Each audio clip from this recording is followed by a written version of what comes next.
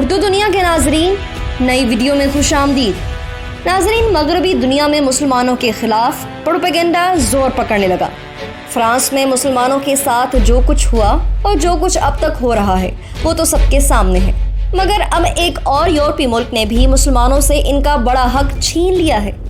Video میں آگے بڑھنے سے پہلے ناظرین، اگر آپ نے ہمارے چینل اردو دنیا کو سبسکرائب نہیں کیا تو جلدی سے جائیں سبسکرائب کر لیں، گھنٹی کے بٹن کو بھی لازمی دبائیں تاکہ آپ کو دنیا کی دلچسپ معلومات سے بھرپور ہماری ویڈیو سب سے پہلے پہنچے۔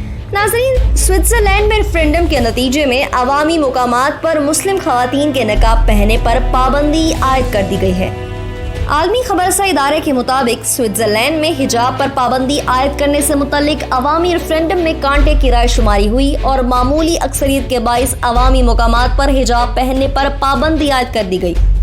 سوئٹزرلینڈ کے شہر برن کی مقامی حکومت کی جانب سے جاری اعلان میں کہا گیا ہے کہ ریفرینڈم میں حجاب کے حق میں 51.2% ووٹ پڑے، جبکہ 49% سے کچھ زائد نے حجاب پر پابندی کی مخالفت کی۔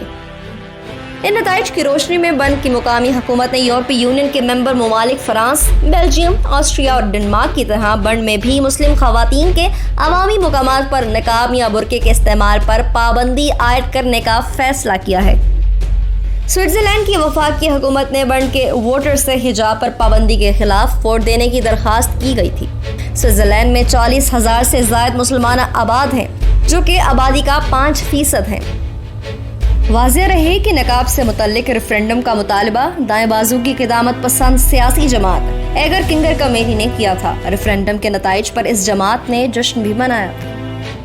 ناظرین، دوسری جانب امریکی صدر جو بائیڈن نے مسلمانوں سے کیا گیا اپنا وعدہ پورا کر دیا، جس کے مطابق امریکہ میں نئی حکومت نے سابق صدر کے دور میں جن مسلمانوں کو سفری پابندی کے متنازع پالیسی کے تحت ویزا دینے سے انکار کر دیا تھا، اب انہیں دوبارہ درخواست دینے کا موقع فراہم کرنے کا اعلان کیا ہے۔ عالمی خبر رساں ادارے کے مطابق سابق صدر ڈونلڈ ٹرمپ کی متنازع امیگریشن پالیسی کے تحت 13 مسلم یا مسلم اکثریتی ممالک کے باشندوں کو ویزا دینے سے انکار کر دیا تھا، تاہم موجودہ حکومت نے یہ پابندی اٹھا لی ہے۔